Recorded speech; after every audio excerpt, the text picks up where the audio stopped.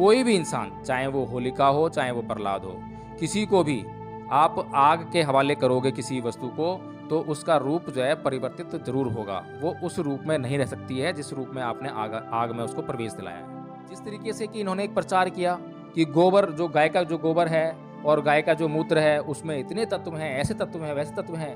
तो भुतेरे लोगों ने उसकी बात मानकर वो गोबर खाना शुरू कर दिया और गोबर खाते बीमार पड़ गए। और गोबर खाने के बाद जब बीमार पड़े तो हॉस्पिटल भागे, बड़ी मुश्किल से उनकी जानें बचाई गईं। तो ये जो आरएसएस है, इसका मकसद लोगों की जान बचाना नहीं है, बल्कि लोगों की जानों से खिलवाड़ करना है। कि अगले दिन जो है बहुत सारी एफआईआर दर्ज होती हैं, मुकदमे जो है न्यायालयों में जाते हैं और लोगों को जो है कितना मतलब जो है एक मेंटल प्रेशर भी झेलना पड़ता है। जिनकी महिलाओं के साथ में दुर्व्यवहार होता है, उनकी हालत देखिए कैसे मतलब वो झेलते होंगे।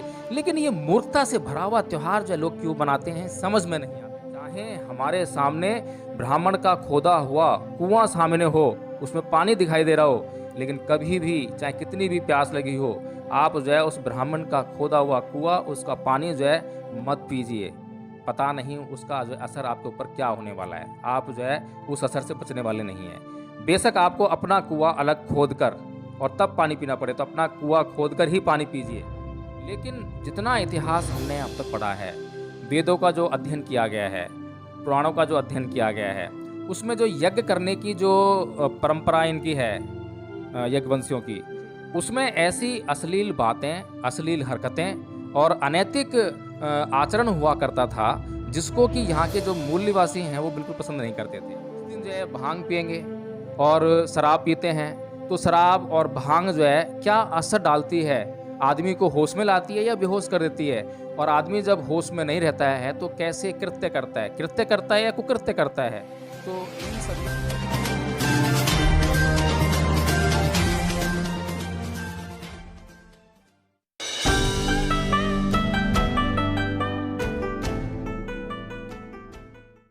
होली के दिन दिल खिल जाते हैं, रंगों में रंग मिल जाते हैं। गिल शिकवे छोड़ के दोस्तों, दुश्मन भी गले मिल जाते हैं। होली के दिन दिल खिल जाते हैं, रंगों में रंग मिल जाते हैं। नमस्कार, आप देख रहे हैं एनबी न्यूज़ 24x7 नीलम बोध के साथ। साथियों, आप मेरी पंक्तियों को सुनकर समझ ही गए होंगे कि आज मैं किस विषय पर चर्चा करूंगी।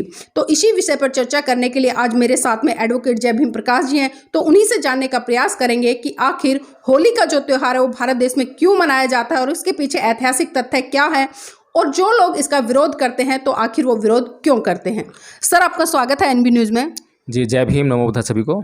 सर, जिस तरह से अभी मैंने एक गाना गुनगुनाया, तो पहले तो मैं जानना चाहूंगी और हमारे दर्शक भी जानना चाहेंगे कि जो ये गाना है या इस गाने के शब्दों के माध्यम से जो भावनाएं प्रस्तुत करने का एक गीतकार ने, एक संगीतकार ने काम किया है, तो क्या लगता है कि वर्तमान समय में वो कितना चरितार्थ होता नजर आता है। देखिए नीलम जी, ये जो गाना है, इसके पीछे जो भाव है वो तो मुझे ऐसा लगता है जैसे कि मुंह में राम और बगल में छुरी, जो कहावत अक्सर हम सुनते रहते हैं। जी। राम से लोग अर्थ ये लगाते हैं कि कोई साधु महात्मा संत जो अहिंसात्मक है, जो हिंसा नहीं करता, लेकिन ऐसा है नहीं। वैसे तो मतलब जो है, जो कहानी है रामायण की, उसको पढ़ते तो राम एक हिंसक पुरुष हैं, अहिंसक बिल्कुल भी नहीं है। बेशक उसके पीछे जो है वो कितने भी लाग लपेट करें, कितने भी बहाने लगाएं कि मुझे हिंसा इसलिए करनी पड़ी, मुझे हिंसा इसलिए करनी पड़ी, लेकिन कुल मिलाकर जो है राम एक हिंसात्मक पुरुष हैं। तो इसीलिए मुंह में राम बगल में छुरी, कि एक अहिंसक पुरुष जो है वो बगल में छुरी रखकर जो है और उसकी अहिंसा की बात करता है, कुछ इस तरह की भाव। तो यही जो आजकल माहौल है भारत में, उसको लोग जो हैं बयान करते नजर आते हैं। अगर हम देखें कि लोग जो हैं आपस में गले कैसे मिलते हैं, क्या वास्तव में जो गले मिलने की जो प्रक्रिया है उसको संपन्न करने के बाद गले मिल रहे हैं, क्या वास्तव में जब गले मिल रहे हैं तो दोनों व्यक्तियों के भीतर जो है, जो मैत्री भाव है, क्या वास्तव में वो विद्यमान है, या बस एक जो कोई पर्व आया, ओकेजन आया, उसको वो मनाने के लिए, बाकी भाई सब ठीक है, हमारी दुश्मनी आज तक थी, आज हम गले मिल जाते हैं, आज के बाद दुश्मनी नहीं रहेगी। लेकिन उस ओकेजन पे ऐसा हुआ क्या जो कि वो लोग कहते हैं कि आज तक हमारी दुश्मनी थी, अब दुश्मनी नहीं रहेगी। इससे पहले क्यों नहीं हुआ, उसी मौके पे क्यों हुआ है। और उसके बाद भी ऐसा नहीं है कि वो गले मिल लिए, उनके बहाना है क्योंकि उन्हें कोई ना कोई जो है चीज़, कोई ना कोई ओकेज़न उनको एन्जॉय करना है। एन्जॉय करने का कोई ना कोई बहाना ढूँढते हैं। जैसे कि एक शराबी है, शराबी को जब कोई बहाना नहीं मिलता शराब पीने का, तो वो कहता है मुझे आज गम हो गया है और मैं गम के मारे शराब पी रहा हूँ। तो जी। बहाना लगाकर जो है आदमी जो काम करता है, तो उसको हम शराबी की संज्ञा दे सकते हैं आसानी से। तो इस देश के लोग जो हैं उसी तरह की बेहोशी में जी रहे हैं और बेहोशी में जीने के लिए वो मजबूर हैं, क्योंकि उनसे जो है जो बेहोशी से बाहर निकालने का जो ज्ञान है, जो नॉलेज है, वो छीन लिया गया है और उनको जो है उसी बेहोशी में जीने के लिए मजबूर करने के लिए एक ऐसी सांस्कृतिक विरासत की रचना कर दी गई है, एक ऐसा सांस्कृतिक ताना-बाना बुन दिया है, जिसमें वो उससे बाहर निकलने की कोशिश ही नहीं करते हैं। और बेसिकली अगर हम देखें कि किस तरह से लोग जो हैं गले मिलते हैं, उस दिन जो है भांग पिएँगे और शराब पीते हैं, तो शराब और भांग जो है क्या असर डालती है? आदमी को होश में लाती है या बेहोश कर देती है? और आदमी जब होश में नहीं रहता है तो कैसे कृत्य करता है? कृत्य करता है या कुकृत्य करता है? तो इन सभी कुकृत्यों से सभी वाकिफ़ हैं। ये सब जो बहानेबाज़ी है, ये सब जो सिर्फ़ एक एंटरटेनमेंट का एक साधन मात्र है, इसके अलावा इसमें ऐसा कुछ नहीं है कि इस दिन लोग जो है मैत्री भावना से भर जाते हों। मैत्री भावना से भरने के लिए बड़ी साधना करनी पड़ती है।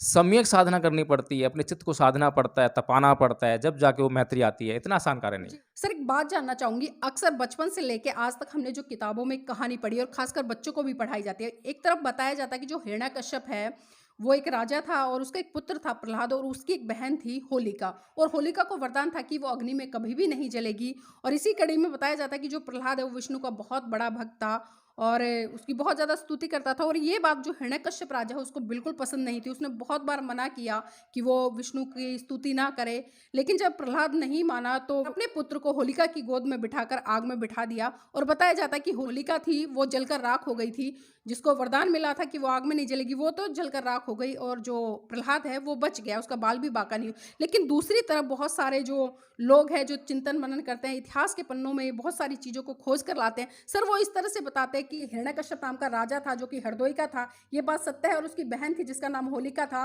और उसका एक पुत्र भी था प्रहलाद था। लेकिन जो घटना है उसको कुछ अलग तरीके से बताते हैं। वो बताते हैं कि जो प्रहलाद था वो कहीं न कहीं नशीली वस्तु का सेवन करना सीख गया था और उनके आस-पास में जो ब्राह्मणवादी लोग थे, वो रहते थे और वो चाहते थे कि जो राजा का पुत्र है, उसको मतलब इस तरह से नशे की लत लगा दी जाए और राजा भी बदनाम हो और उसका शासन और जो प्रशासन है, वो भी बदनाम हो।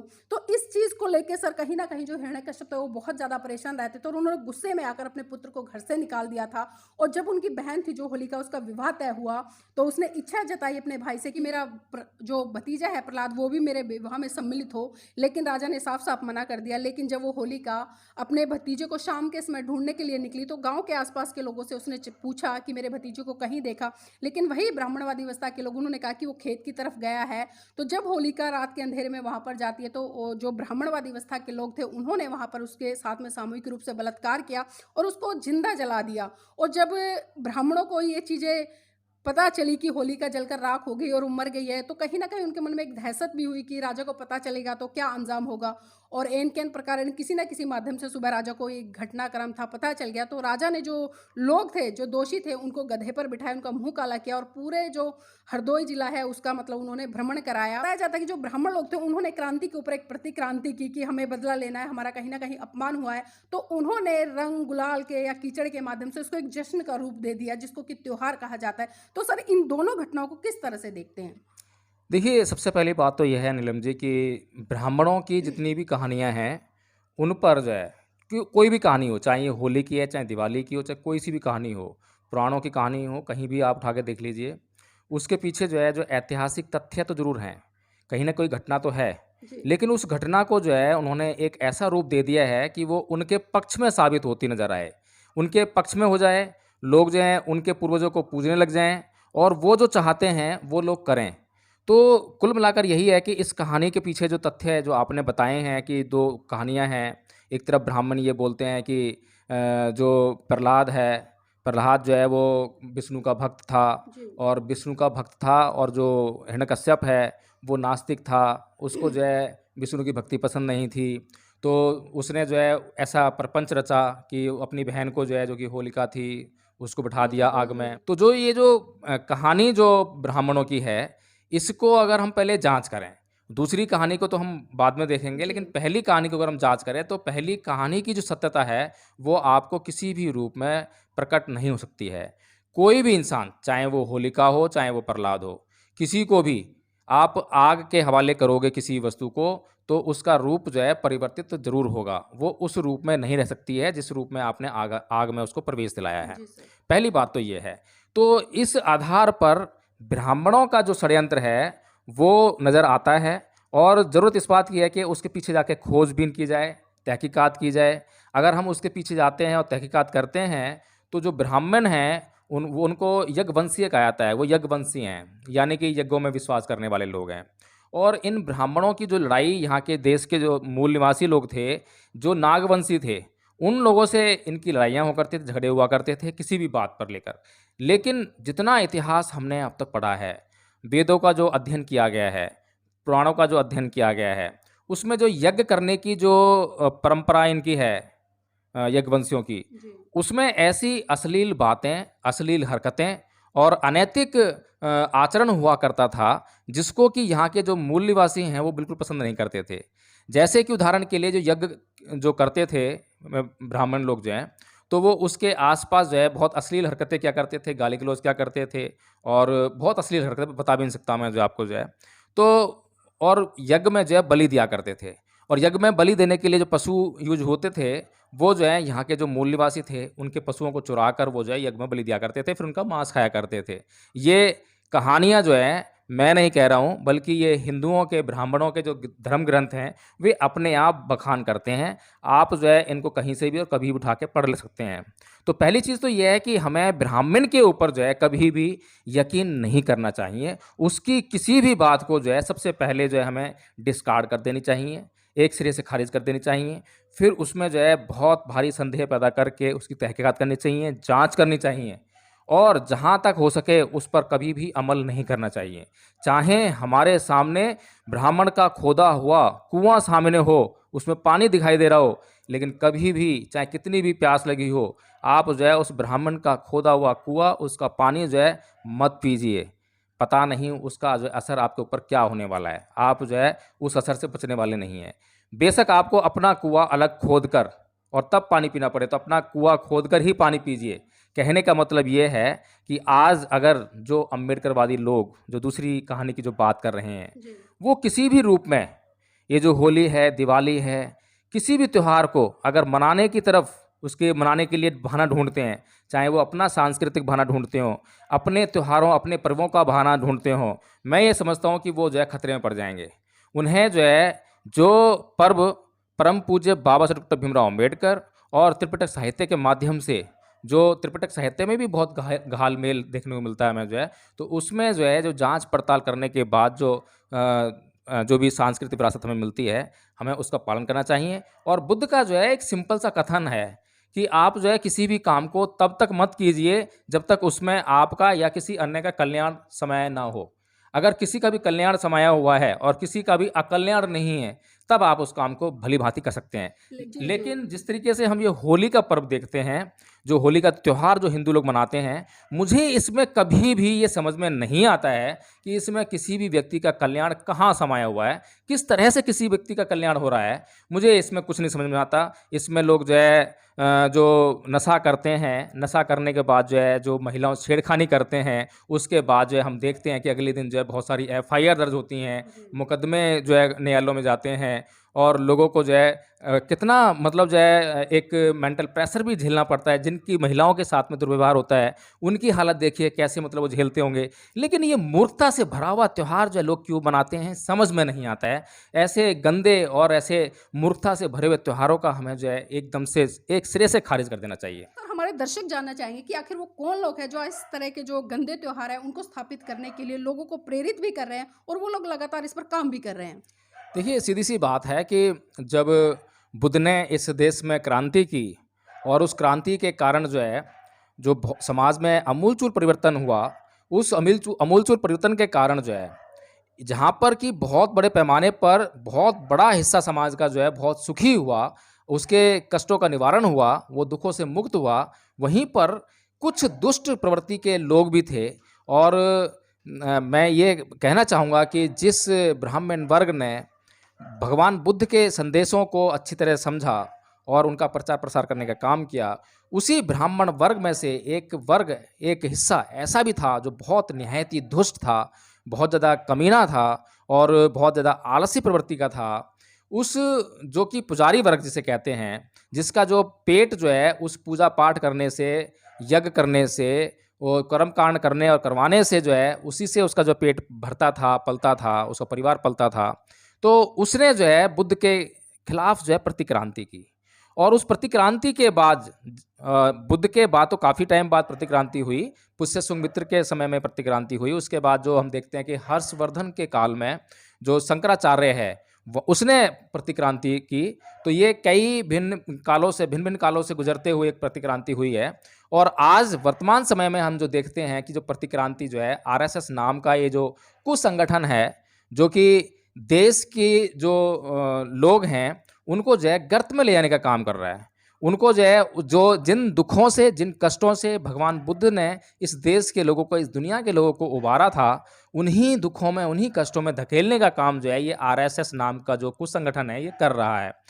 भगवान बुद्ध जो है जहाँ अनासक्त होने की बात करते हैं, जहाँ जो राग है, द्वेष है, उसको छोड़ने की बात करते हैं, वहीं पर ये जो आरएसएस है ऐसे धर्म ग्रंथों का निर्माण करती है, ऐसे साहित्य का निर्माण करती है जिससे कि लोगों में जो है राग फैले।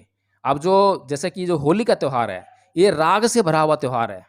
इसमें राग कैसा है कि लोगों को जो है जब एक दूसरे पर पानी डालते हैं, उसके बाद जो है उनके बीच में जो एक मनोरंजन पैदा होता है और वो मनोरंजन जो है लोगों को अच्छा लगता है। अठखेलियाँ करते हैं, हंसी मजाक करते हैं और अश्लील बातें जो लोगों को करना बहुत अच्छा लगता है। ये अश्लील बातें ब्राह्मण जो है अक्सर क्या करते थे, इनके साहित्य उठा के देख लीजिए, अश्लील बातों से भरे पड़े हैं। तो ये जो अश्लील हरकतें करते हैं, इनको अश्लील हरकतें पसंद हैं। फिर उस दिन जो है ये नशा करते हैं, इनको नशा पसंद है। पूरा जो ब्राह्मण साहित्य आप उठा के देख लीजिए, सुरापान करने वाले जो सारे देवी देवता, ये सारे जो है सुरापान करने वाले लोग हैं। तो इनको जो है ये जो राग पैदा कर रहे हैं और जब तक ये राग जो है आसक्ति लेकर आता है, यानी कि आपको कोई चीज़ अच्छी लगती है तो आप उसको दोबारा करना चाहते हैं, बार बार करना चाहते हैं, इसे आसक्ति कहते हैं। तो ये आरएसएस अच्छी तरह जानती है कि किसी भी व्यक्ति को अगर गुमराह करना है, किसी भी व्यक्ति को अगर उसके मार्ग से भटकाना है, तो उसको किसी न किसी वस्तु के पीछे, किसी चीज़ के पीछे आसक्त कर दीजिए।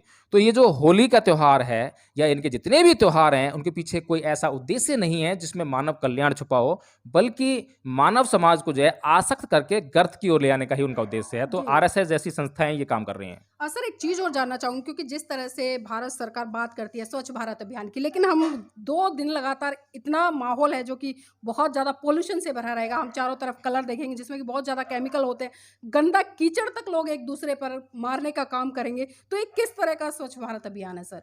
देखिए, इतना ही नहीं है, जहाँ पर कि आज पूरी दिल्ली जो है साँस की प्रॉब्लम से जूझ रही है, जहाँ साँस लेना मुश्किल हो रहा है, वहाँ पर आप देखेंगे कि हर गली, हर नुक्कड़ पे जो है बहुत बड़े पैमाने पे जो ईंधन है, इतना महत्वपूर्ण ईंधन, जिससे कि पता नहीं कितने एक होली दहन से जो है, एक जगह की होली दहन से पता नहीं कि एक घर की जो है कितने दिन तक जो है खाना पकाया जा सकता है। इतनी भारी मात्रा में जो वो ईंधन को वहाँ जलाया जाता है और उस ईंधन से जो है इतना पॉल्यूशन होता है और इसको भी जो है आरएसएस जैसी निकम्मी संस्थाएं जो हैं उसको पॉजिटिव सेंस में ले जाकर और ये बताकर कि इसमें वैज्ञानिक तथ्य है, इसमें इसके पीछे साइंटिफिक रीज़न है। हालांकि कोई साइंटिफिक रीज़न नहीं है, कोई साइंटिफिक तथ्य नहीं है यहाँ पर जो है। जिस तरीके से कि इन्होंने एक प्रचार किया कि गोबर, जो गाय का जो गोबर है और गाय का जो मूत्र है, उसमें इतने तत्व हैं, ऐसे तत्व हैं, वैसे तत्व हैं, तो भुतेरे लोगों ने उसकी बात मानकर वो गोबर खाना शुरू कर दिया और गोबर खाते बीमार पड़ गए और गोबर खाने के बाद जब बीमार पड़े तो हॉस्पिटल भागे, बड़ी मुश्किल से उनकी जानें बचाई गई। तो ये जो आरएसएस है, इसका मकसद लोगों की जान बचाना नहीं है, बल्कि लोगों की जानों से खिलवाड़ करना है, लोगों की ज़िंदगियों से खिलवाड़ करना है। आज इस देश के लोगों की ज़िंदगियों से आरएसएस नाम की जो कुछ संगठन है, उसने इतना बड़ा खिलवाड़ किया है कि आपको नीलम जी क्या बताएं। लेकिन लोग जो हैं इतने अशिक्षित हैं, इतने गंवारू हैं कि वो शिक्षा की तरफ बढ़ना नहीं चाहते हैं, वे जो है नॉलेज की तरफ बढ़ना नहीं चाहते हैं, वो खोजना नहीं चाहते हैं, वो कोई भी ऐसा काम नहीं करना चाहते हैं जिसमें उनको कष्ट प्रतीत हो। अब अगर पढ़ने के लिए किसी व्यक्ति को बोलोगे तो आप जो है वो पढ़ने में बड़ा कष्ट होता है, कोई भी पढ़ना नहीं चाहता। और अगर उसी व्यक्ति को जो है आरएसएस आकर ये दिलासा दिला दे कि भाई एक काम कर, हमारे पास एक ऐसा यंत्र है जिसको तू अपने सिरहाने रख के सो जाएगा, तो तू जो है एग्जाम में पास ही नहीं बल्कि अच्छे नंबर भी आ जाएंगे। तो वो जो बेचारा विद्यार्थी है जिसको पास होना है, जिसको एग्जाम क्वालिफाई करना है, अच्छे नंबर लेकर आने हैं, और जिससे मेहनत बिल्कुल हो ही नहीं पा रही है और वो मेहनत करना बिल्कुल चाहता ही नहीं है, तो वो आरएसएस की बात मानेगा ना। अब बुद्ध तो ये कहेंगे आके जो है कि भाई ऐसा है, अपने मन को नियंत्रित करो, साधना करो और मन को तपाओ, मन को कंट्रोल करो, मन तुम्हारा जो भागेगा, लेकिन मन को भागने मत देना। और मन को जो है, मन तुम्हारा जो आसक्ति की तरफ भागेगा, आसक्त मत होने देना उसको, अनासक्त बनाओ उसको जो है। तो बुद्ध कहेंगे कठोर परिश्रम के लिए, कठोरतम परिश्रम के लिए। अब कठोर परिश्रम कोई करना नहीं चाहता तो कठोरतम परिश्रम कौन करेगा। लेकिन जो आरएसएस है वो लोगों को सुविधाएं दे रही है, सुलभ करा रही है। अब लोगों को ये नहीं मालूम है कि जो सुविधाएं मिल रही हैं, जिन सुविधाओं से उनको जो है इतनी आसक्ति होने वाली है, इतना प्यार हो रहा है, वो प्यार और वो आसक्ति ही उनके दुख का कारण बनने वाली है। जी, सर जाते-जाते एक आखिरी सवाल लेना चाहूँगी क्योंकि मैं सुबह से अक्सर देख रही हूँ सोशल मीडिया पर 2 सवाल बहुत बड़े स्तर पर लोग उठा रहे हैं और ये वो लोग हैं जो कहीं न कहीं बहुजन समाज से आते हैं। वो कहते हैं कि अगर होलिका इतनी अच्छी थी, तो उसको जलाया क्यों? अगर होलिका इतनी बुरी थी, तो उसकी पूजा क्यों? सर इन दोनों सवालों को किस तरह से देख रहे हैं? देखिए, ये तर्क वाली बातें हैं और मैं ये कहता हूँ कि परम पूज्य बाबा साहब डॉक्टर भीमराव अम्बेडकर ने आपको जो बुद्ध का मार्ग दिया है, आपको इन बातों में पड़ने की ज़रूरत ही नहीं है कि होलिका थी या नहीं थी, हिरण्यकश्यप था या नहीं था। अगर ये तथ्य आप जो है जाँच भी ना कर पाओ, इनकी ऐतिहासिकता जाँच ना कर पाओ, आपको इसके पीछे कोई गहरे कथा कहानी ना मिल पाए, तो अब क्या करोगे आप जो है? लेकिन बुद्ध के जो सिद्धांत हैं, जो बाबा साहब डॉक्टर भीमराव अम्बेडकर ने हमें मार्ग दिखाया है, वो सद्धम्म का मार्ग दिखाया है। सद्धम्म का मार्ग है कि मन के मैल को दूर करना। आप मन के मैल को दूर करने लग जाइए ना। आप इन सब झंझटों में क्यों पड़ते हैं? आपको त्योहार क्यों मनाना है? आपको क्यों मनाने जा रहे हैं किसी पर्व को? आप किसी भी त्योहार को मनाते हो, कोई भी सेलिब्रेशन करते हो, तो सेलिब्रेशन में आपको आसक्ति ही आसक्ति मिलेगी और आसक्ति आपके दुखों का कारण है। इसको जितना जल्दी समझ जाओ, उतना जल्दी आपका कल्याण होने वाला है, क्योंकि आप जब समझ जाओगे कि किसी भी चीज़ से आसक्त होने पर दुख पैदा होता है, तो आप अनासक्त होने लग जाओगे, उनसे राग नहीं लगाओगे। आप जो है सिर्फ़ उनको प्रयोग करने के लिए ही इस्तेमाल करोगे, अपने पास रखोगे। जैसे ही प्रयोग के अलावा जो आपके पास कोई वस्तु रहती है, तो आप उसको बाँटने का काम करोगे। आप उसका जो है जो कहते हैं संचय नहीं करोगे। तो संचय करने से आसक्ति पैदा होती है, आपको पता चलेगा कि आसक्ति हो रही है, तो आप इसको वितरण करने लगोगे, बाँटने लगोगे उस चीज़ को। तो परम पूज्य बाबा साहब डॉक्टर भीमराव अम्बेडकर के कहे अनुसार जो है, हमें सद्धर्म का जो है पालन करना चाहिए और सद्धर्म का पालन करते हुए, सद्धर्म को जानते हुए उसका प्रचार प्रसार करना चाहिए। लोगों को आप जो है उनके मन के भीतर जो मैल है, उनके मन के भीतर जो दोष हैं, किसी पराई स्त्री को देखकर जो होली के दिन जो वो बदतमीजियाँ करते हैं, जो उनके मन में जो चल रहा है, आप उस पर काम कीजिए, उनको सुधारने का काम कीजिए। ये सद्धर्म है। जो लोग नशा करेंगे होली के दिन जो है, उनको ये बताने का काम कीजिए कि अगर आप नशा करके जो है, हो सकता है कि आप अपनी ही बहन-बेटी के प्रति जो है कुदृष्टि लेके आ जाओ। तो इसलिए अगर आप जो है ये जो कुदृष्टि से, अगर आपने अपनी बहन-बेटी के ऊपर कुदृष्टि नहीं भी डाली, तो कोई दूसरा डालेगा। क्योंकि जो नशा है, नशा तो बीमारी है। नशा जो है किसी के लिए भी अच्छा नहीं है और नशा जो है अगर दिमाग को भ्रमित कर देता है, तो भ्रमित दिमाग जो है कुछ भी वो जो है सोचना चाहिए नहीं सोचता है और जो नहीं सोचना चाहिए वो उसके अंदर पैदा होने लगता है। तो ऐसी विकृतियों से बचने का सिर्फ एक ही इलाज है, आप जो है बुद्ध की शरण में चले जाइए। जी, बहुत-बहुत धन्यवाद सर आज की इस महत्वपूर्ण चर्चा में जुड़ने के लिए और साथ ही यहाँ पर एक बात तो बिल्कुल स्पष्ट हो जाती है कि जो व्यक्ति तार्किक है, जो सोचता है, विचारता है, कहीं न कहीं वो मंथन करेगा क्योंकि यहाँ पर कई सवाल हमने खड़े किए हैं और उन सवालों को लेकर हमने चर्चा की है। तो आप सबकी भी ये ज़िम्मेदारी बनती है कि उन सवालों पर जाकर आप गंभीरता से सोचें, विचारें और मनन करें कि आखिर इन चीज़ों के पीछे क्या कारण है और क्यों आज इतने बड़े स्तर पर कहीं न कहीं जो लोग इन चीज़ों को प्रस्तुत कर रहे हैं, इन चीज़ों को प्रचारित व प्रसारित करने का काम कर रहे हैं, उसके पीछे आखिर मंशा क्या है? और जिस तरह से सर ने बताया कि लोग कहीं न कहीं नशे की लत में पड़कर बहन-बेटियों के ऊपर गलत नज़र भी डालते हैं और उसका परिणाम क्या होता है, अगले दिन एफआईआर कटती नज़र आती है, आप सलाखों के पीछे जाते। तो इन सभी चीज़ों से बचने के लिए और ख़ासकर अपने गाढ़े खून-पसीने की कमाई को इस तरह से लुटाने से बचने के लिए आप यथासंभव प्रयास करें और कहीं न कहीं विज्ञान की तरफ बढ़ें क्योंकि बहुत सारी चीज़ें ऐसी हैं जो आपको परोसी जाती हैं, लेकिन ये आपकी भी ज़िम्मेदारी बनती है कि उन पर चिंतन मनन कर सही दिशा की तरफ आगे बढ़ें।